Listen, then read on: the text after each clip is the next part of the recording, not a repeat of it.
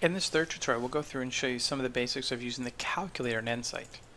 So I've created these couple of clip planes here, and I'd like to perhaps start to quantify the value of ftemp on them a bit more exactly.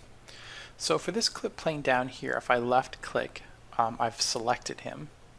I'm going to go up to the calculator option here. Now in the calculator we have a series of predefined functions here under this tab, as well as the ability to build your own functions here. Okay, these functions could be spatial, could be temporal, could be even constants, derived values.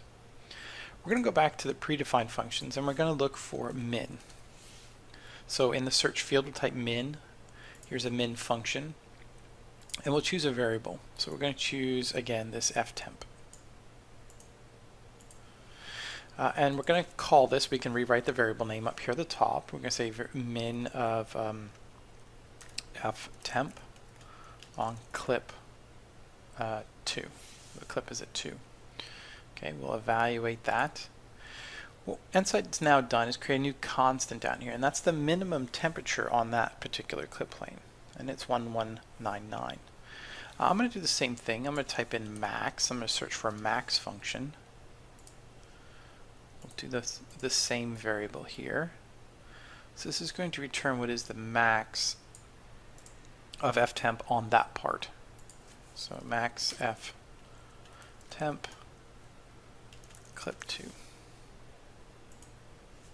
And again we have a new constant down here that is reported. And the final one I want to do is I want to do an average, but the average I want to be weighted by the area of the different 2D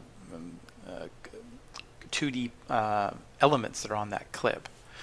So we have something here called spatial mean, spa mean, and we'll choose the same variable again here, ftemp. So call this spa mean underscore f underscore temp clip 2. And here's the area weighted average value. So rather than just taking a straight average, this will be area weighted based off the elements that are on that particular part. Now for these constants we can just drag them into the viewport if we'd like. That's pretty easy to do, so we can just create some annotations here. So let's actually pull these annotations over. And I'll show you how to reorganize these nice and tidy in a minute. But what I want to illustrate is that those values are tied to this clip plane. As I take this clip plane and left click and drag him up or down, these values will change. Okay. So these values are dynamically computed as we go through this, through that change of that particular part. So again, this is a parent. This clip plane is a parent to these calculator functions, and as the parent is changed, the values will update. Okay, so let's look at making this a little bit tidier here, and we're going to put on an annotation which tells us where is the location of this clip plane, because I've changed it now. It's no longer at 2. So let's actually go here and go edit, right click edit on any of these annotations. So again, we can specify exact locations, justifications and size and so forth. So I'm actually going to create a right justified, and we're going to place him, we can either use 24 as our size, and the X we'll leave at 0.99 and the Y down near the bottom 0.01. Okay, so we will we can double click on the other part here to edit him. This is our max field. We'll do a right justification 0.99 and 0.2. So we'll drag him down here 0.04, and we'll do the same thing here with our spa mean. Right justified 0.99 and 0.06. Let's do 0.65. Okay, so we've got these lined up down here. I'm actually going to go and create a new one, so we're going to click on the radio button here for create, and we're going to say clip plane at some location. So down here we have part value. Under part value we have the different list of the parts that have been created. So this is clip plane 04. We can specify maybe 2 digits, insert, and create. So here's the clip plane location. I'll turn off the size, pull the legend down here, and we can resize him. Now, as we move this clip plane up and down, we'll see the clip plane value is changing, and there are the values that we've recorded, or calculated, sorry.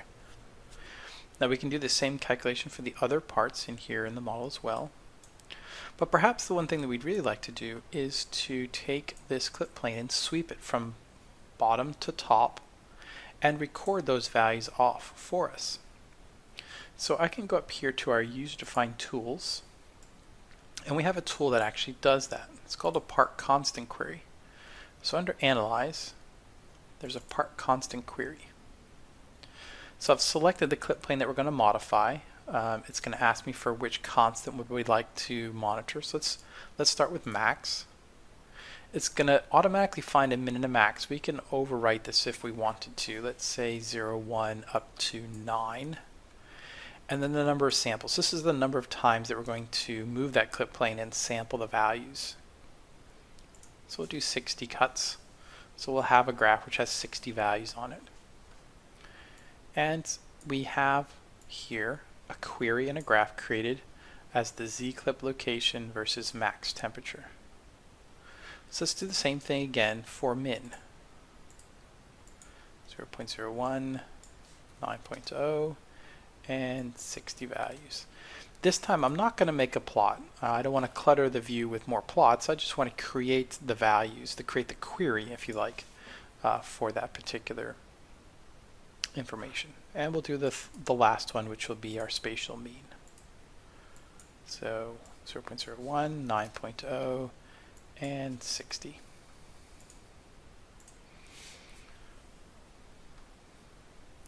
Okay, if we go into our plots and queries tab here, we can see that we have 3 queries created. The first query got automatically plotted, and that's fine. We have these additional queries here that we can just simply drag onto the plotter to add. There's our min, and here's our mean. Okay, so you can see we've got some outliers in the minimum field of temperature. We have a fairly consistent maximum temperature, and we have a pretty good representation of what the average is as we go up through height. I'm going to swap this x and y around so that we actually have height here, and perhaps make this plotter a little bit bigger in the vertical direction. Okay, so now we've got the values registered as min, average, and max for this clip plane as we move up and down. Okay, so that's really the spatial average of temperature as we go up through our device on the fluid side.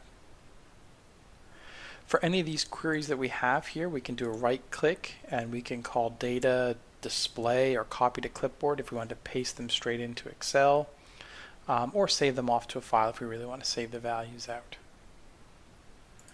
So that's an introduction to using the calculator on a particular part that we have created in EnSight. And we've derived values such as min, max, and average. And we've used our part constant query to essentially query those values on that part as we adjust the part in its z direction.